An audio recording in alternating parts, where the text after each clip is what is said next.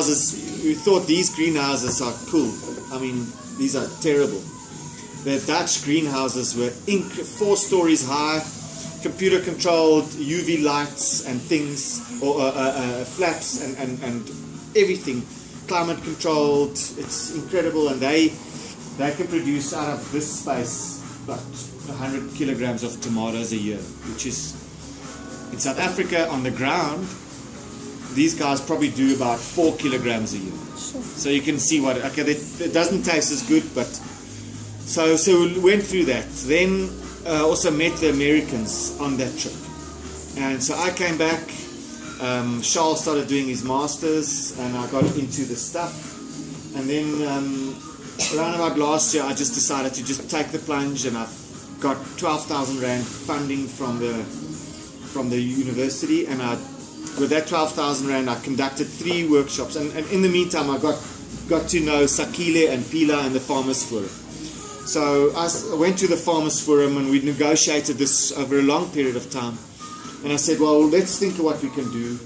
And I said, well, what I can do is I can use these multi-stakeholder processes. Where are they? I think it's in This one.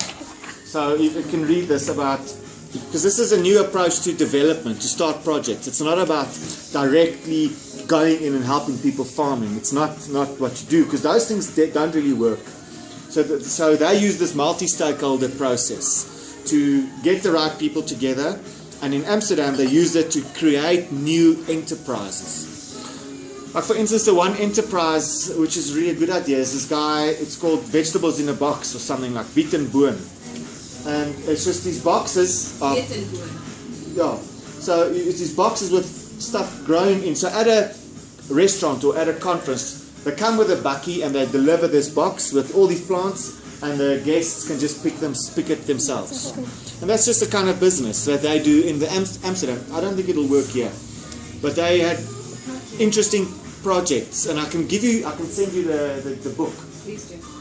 Like they developed a chicken coop, a huge chicken coop that is in between battery chickens and free-range chickens. So the chickens are basically free-range, but they live like battery chickens, or they produce eggs like battery chickens. But the chicken can jump off and go, and it's a round thing, and outside is a hectare of woodland, which is really this wide, but it's all around the big chicken coop.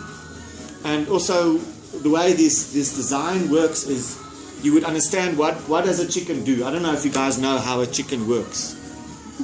Chickens have to sleep high. It's just inbuilt. So you build inside a structure, so they automatically, without anyone having to work, they automatically go there. They lay their eggs there, and it automatically goes to so that, and then, but they can also go. They are free range then. So they supply now, I think, 1% of the Netherlands eggs, and that's a lot of eggs from just this one chicken coop. So they brought in animal welfare people, farmers, city officials, because the plans regulations had to change, to design this chicken coop. And they did that with a series of really interesting projects. I mean, the Dutch are very good in design, you all know that. So they then kind of, when we were in Rotterdam, they took us through this design process, or this multi-stakeholder engagement process. So we were the people getting engaged. So they showed us all this, and there was a whole conference on what one could do. And they said, well, go back to Joburg and find your projects so we can go for a larger international project. And that's where we are now. So beginning of last year, me and Angus from Industrial Design, we went to Detroit, because the whole thing went from the Netherlands to Detroit, because Detroit is the urban agriculture capital of the world. And they showed us Detroit and what's happening there, and how they changed their city bylaws, because that's the big thing, how they structure their farms, how they structure their school feeding schemes, how they interact with the welfare system, like the social grants we want to need to interact with. And so we came back, and so what we are doing now is all action research. So we are using their methods. You guys are my guinea pigs. So I'm actually, yeah. So you guys are the one stakeholder. The other stakeholder is the Farmers Forum, the university. Well, you are students, you're designers, you act like designers. You know, and yeah, so and in order to create our project is the farmers market. So you guys are doing one crucial thing, is to design the marketing and all of that. The Farmers Forum, we will have to take your marketing materials that you design, whatever you design for us, and operationalize it into the farmers market. The other projects we have is a farmers school, which we are very unclear about how we're going to do it. But we want to take guys like Cyprian and actually just organize it. People go to Cyprian and, you know, and just get a circuit of teaching taking place. The other issue is we need to get changes in land tenure. One of you asked, why are you at schools? You know, because schools have land and there's issues, but there are problems also with schools. It's governed by a memorandum of understanding, and often farmers get kicked off the land, or sometimes the school gets has to pay bills and things. So there's lots of conflict there. And the fourth project, which is the most important, is second semester BTech Industrial Design, to do user-centered design in the field at Siyazenzela to design agricultural technology. So we're going to see how this goes, to see how should we structure the Siyazenzela agricultural technology thing. And that's what Izindaba Zokudla is. Yeah.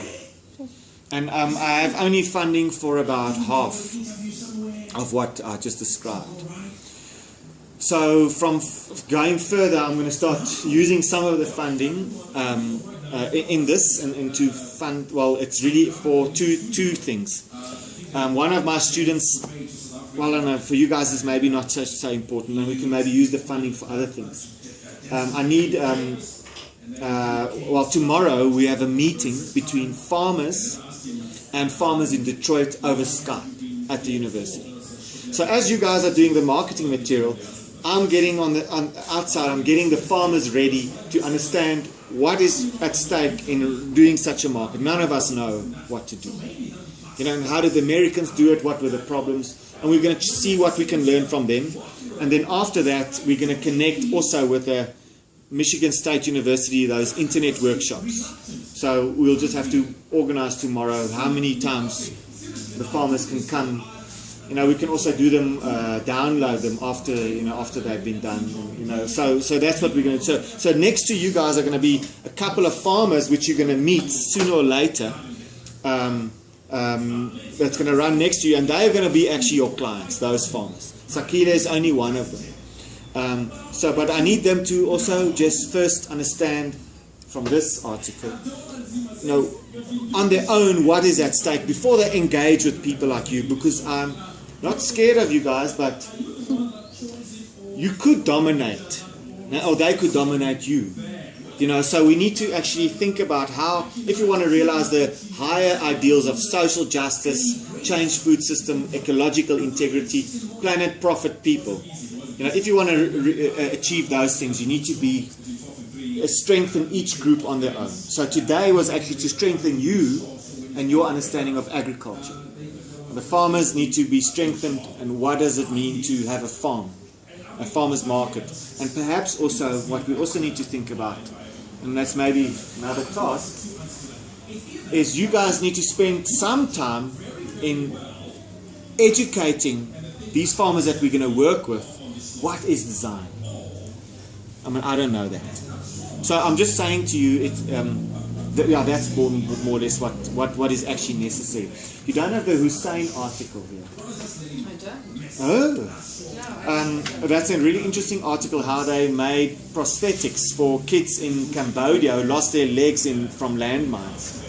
And the point of that article is that you need to educate people. I mean, I can participate in local government about water and sewage and electricity, because it's things that I do all the time, but I don't design. You know, people don't design. You guys design.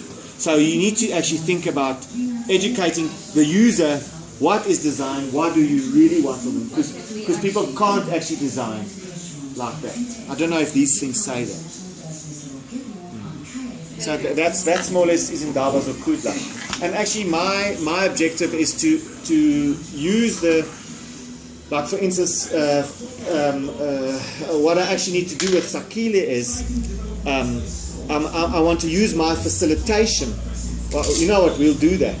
My facilitation budget, because all my money goes to my bursaries, my student bursaries, and I've got 9 students that work. You guys all have bursaries. Yeah? So my facilitation budget, I need to organize and cook the books so it goes to our guide. Then I have a translation budget, and that is if it's isiZulu, and that's the only budgets I can play with in my whole project. Translate English to Zulu. Yeah, and I can use that money for something like that. You Yeah. can think about that before. Yeah. So what's also going to happen? Part You of shouldn't struggle since you have Indonesian. you've just become the translator at 380 rand an hour. Are you the only I trust from Zulu being from KwaZulu Natal, first language? you know, Okay. you should be able to help. I'm a German Zulu. Ubuntu.